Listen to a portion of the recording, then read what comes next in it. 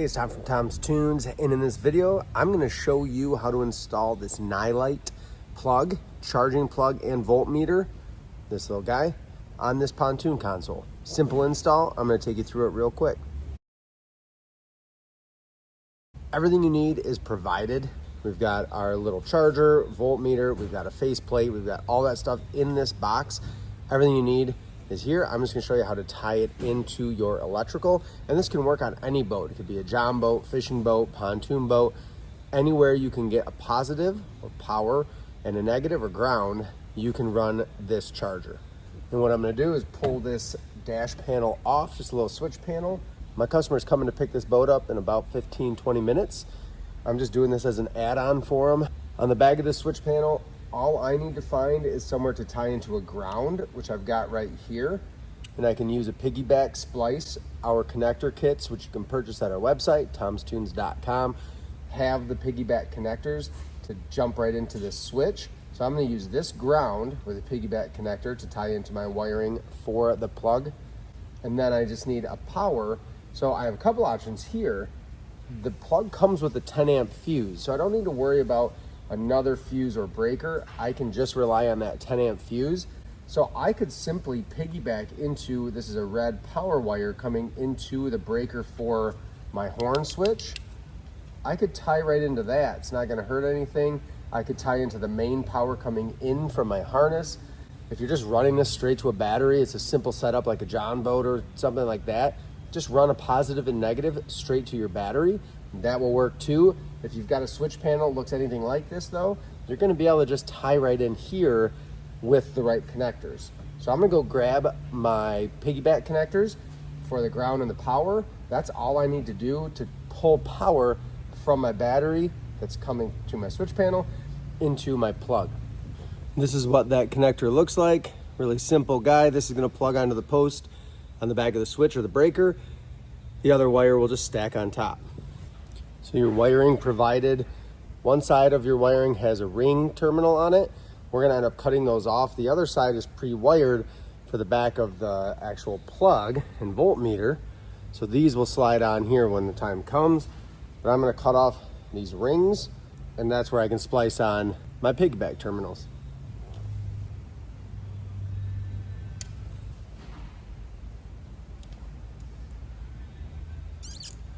And this is where that little fuse is, just unscrews. If your plug is not working, that's the first place to check, just a little glass fuse. Now I'm gonna plug these on. So I'll pull this ground. And what I like to do is take my piggyback, slide that into the existing ground wire that I just unplugged, slide that in all the way, and then I like to put a small zip tie around those. We just want to reduce the chance that that's going to vibrate free ever. And then I just plug that right back on the post it came off of. Going to do the same with the positive, and I'm just going to take the main power coming in, jumps across to all of these breakers.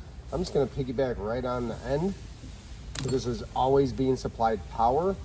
Same thing, I slide my power wire onto that piggyback, zip tie it, and right back on that breaker it goes. That is already done. Now I'm ready to put my actual charger and voltmeter into the dash, and then all I'll have to do is plug these in from the backside. I've got plenty of wire here to get anywhere on my dash, so what I'm actually gonna do is run my plug right down here below the stereo. Makes sense. I like that. So we're gonna go ahead, we're gonna punch a hole in here. Could go anywhere on the dash. All personal preference. I'm all clear on the back side, so I'm just gonna center it under the stereo, leave myself a couple inches, and I'm gonna pilot drill just a 1/4 inch hole. You might be doing this into aluminum. This is a rotomolded plastic console. I'm gonna use a hole cutting bit. Again, if you're going into aluminum, you might need a different hole saw. This is gonna get through this plastic. It's an 1 1/8 hole saw. And if you were going to run wire straight to your battery for this charger and not piggyback it off of an existing electrical system or switch panel, you would just extend these leads, ideally with 16 or 14 gauge tinned copper marine wire. You'd extend these where I cut those ring terminals off, you'd extend them back to the battery with additional wire. Double check, make sure that it fits in. And I could have gone a little bit bigger with the hole, not a big deal. An 1.25 inch hole probably would have cut that out a little bit better, but I just had to make it a hair bigger and that slides right in. Not a big deal either way. In the box was a faceplate. That's gonna slide on and that just helps lock this in place. So what I'm gonna do on this is I'm gonna go ahead and pre-install my faceplate and plug right into place. Keep in mind you've got this ring. This is gonna go on the back side. I'll run my wires through this and then plug the wires in to the voltmeter and charger. We'll show you that in just a second though. You're provided with a couple screws and some spade terminals in case you are plugging this just right onto the back of a switch. You might also be tying this into a fuse block. If you've got a fuse block on your boat, under the helm, or somewhere else in the boat, that's really common too. You would just, again, tie into the positive of the fuse block, one of those open posts, and then the ground bus you can run the negative to. That is in here. What I'm gonna do is button this back up, drop my wires behind, and then I'll show you how we hook them up on the back side. I'm almost done. And in case I didn't mention it, if you want to power this off of a switch, maybe your switch that powers up more accessories like your stereo, fish finder, that sort of thing, you can absolutely put this on a switch. It does have a button, we'll show you that in a second, to turn it on too. Not a lot of space to work in here, so what I'm gonna do is hook this up and then I'll get my camera in here and show you everything. Run your wires through this nut that's gonna hold everything snug to the helm, then hook them up so that this can slide right over and tighten. You gotta run the wires through this. So right on through it goes.